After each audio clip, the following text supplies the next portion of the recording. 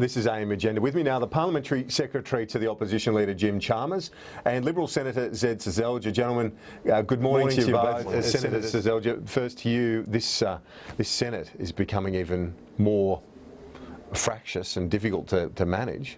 It's quite a circus now, isn't it? It's challenging, but look, I think what George Brandis said is right, is that as much as there are some particular difficulties, and we saw some of those yesterday, I guess, with the chopping and changing of the likes of Lambie and Muir, what we have in this new Senate is an opportunity to still get some of the government's agenda through, whereas when it was a previous Labor-Greens blocking majority, nothing got through. There was no negotiations. So, yes, I guess it looks a little messier because we see these kind of negotiations, and I think yesterday was disappointing, but it's much better than where we were. But clearly, with the self-destruction of the Palmer United Party, I think it does create interesting challenges, some of which we saw on show yesterday. Jim Chalmers, does this mean the end of, well, at least a great reduction in the parliamentary power of Mr Palmer, given now he's only got two votes to essentially control in the upper house?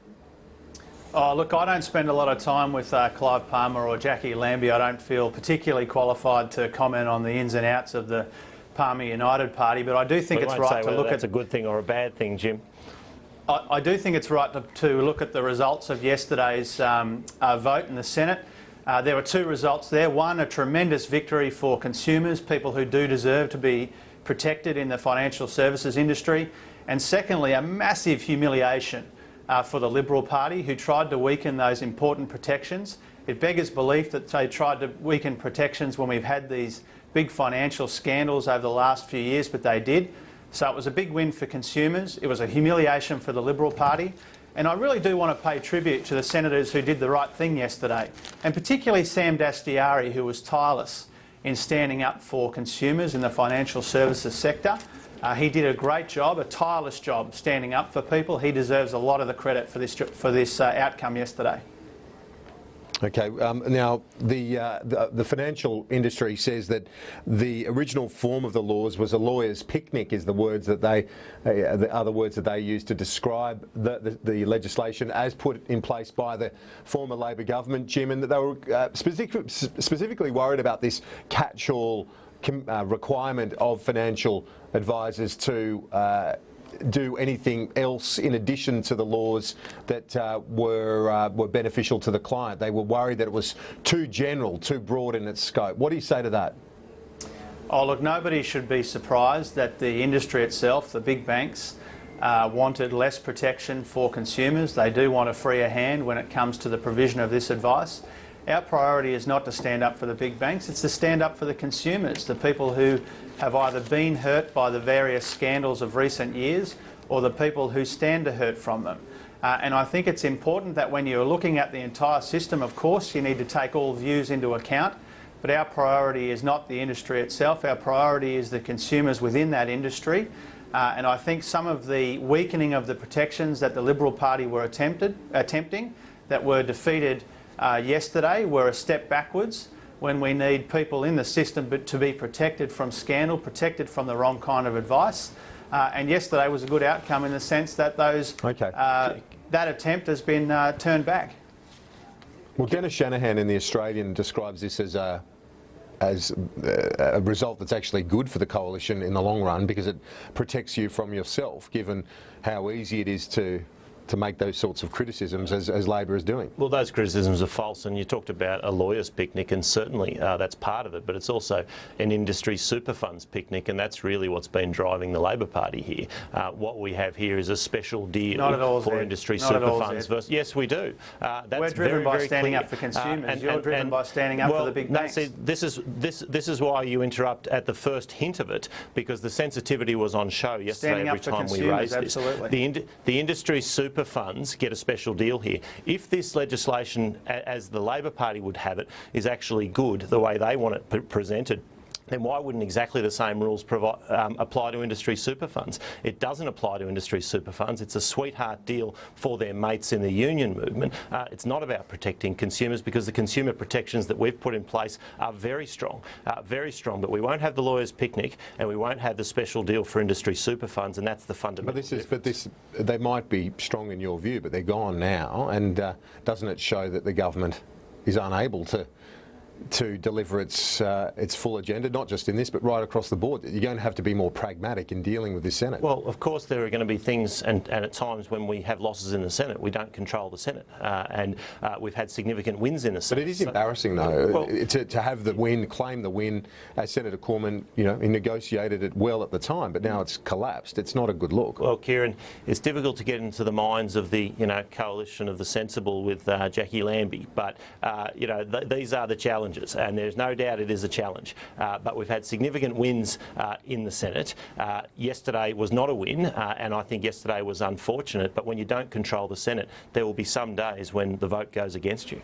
Now, let's look to the issue of the cuts to the ABC. Jim Chalmers, the Communications Minister Malcolm Turnbull has said that efficiencies should be able to be found, that other commercial entities have to do this regularly, and it should be able to be found without losing flagship programs. What do you say to that in response to Mr Turnbull?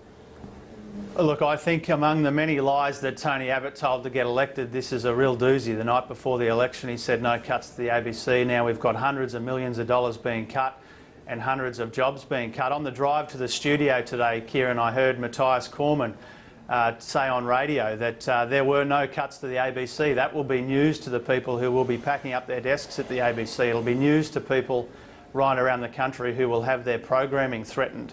People who like to watch the ABC in regional areas and around the country. This is just one of the starkest lies that Tony Abbott told. No amount of Malcolm Turnbull's spin or Matthias Cormann's spin can hide that very simple fact. Seselja, your response to that criticism? Because the point that's been made, not just by Jim but others in the sector, is that the promise was made pretty clear beforehand, and now subsequently the cuts are being made. Well, Kieran, all government agencies are being asked to make savings, and that is a challenging process. That's a challenging process for the public service, as they're asked to make savings to help get the budget back into surplus. And of course the ABC and SBS, let me finish. Of course the ABC and SBS shouldn't be exempt from that. I mean, are we really saying that there's no efficiencies to be found in the ABC and SBS? Let's look at the ABC, for example. The ABC will still receive $5.2 billion of taxpayers' money over the next 5 years. I think that's more than enough for them to deliver quality programming, the kind of quality programming we would all hope for. If that means back office savings, so be it. We read yesterday about some of the land holdings, a $20 million piece of land that's not particularly well used. There's all sorts of things that could be done better at the ABC. But is the Labor Party now arguing that even though all agencies have been asked to make savings, and even under Labor towards the end they were asked to make savings, we just want you to keep your promises, Zed. Well, are you saying now that the ABC shouldn't be asked to make any savings? I mean, I don't think that's reasonable. That you should, given the budget mess you left us. Given the budget mess you left us. You're now saying that the ABC should be absolutely exempt from cuts. Don't promise no cuts to the ABC then, Zed. I don't accept that. Well, don't promise no cuts to the ABC if you fully intend to cut the ABC. That's the point. We've had a good crack at that one. Let's move on to the issue of carbon emissions. Chinese emissions growth will swamp cuts by Australia and the US. This is the front page of the Australian this morning. Jim Chalmers. Does that mean, even though we saw that the fanfare around the deal done, but between President Obama and President Xi in Beijing a couple of weeks ago, that despite that the focus on that, the Chinese growth in emissions is still going to swamp, as in the words of the Australian this morning, anything that we do or anything that the US does? That deal that was done between the two most significant economies on the planet was a landmark deal. What we see in the Australian today is a pathetic attempt to hide two simple facts. One, China wants to take action on climate change. Two, Australia's going backwards on climate change. It's a pathetic attempt to spin themselves out of this problem that they've got, where Australia is in the embarrassing situation of being the only country going backwards on climate change when the big significant economies are going forwards. Sorry. Well, no, let me just put this. There's a fact I want to put this to you. You can respond to that in a moment. I want to put this to you though. The per capita emissions per tonne in China.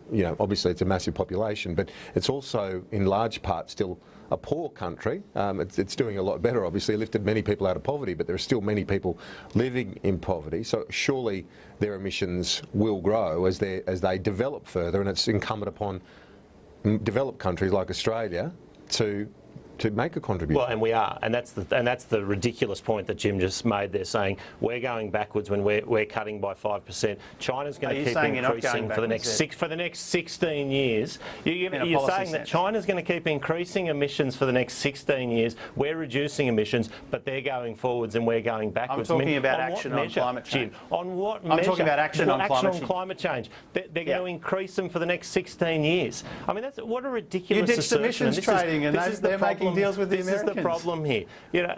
Sorry, they're You going to keep increasing emissions for 16 years, Jim. I'm not sure if you read that. They're going to keep increasing emissions. We've got a target to cut emissions. You live in an alternative universe, my friend. The point is that this is still a developing country, well, and that we've developed and had the second largest economy in the world. Yeah, that's Jim. true. Let's not suggest that it's a backwater.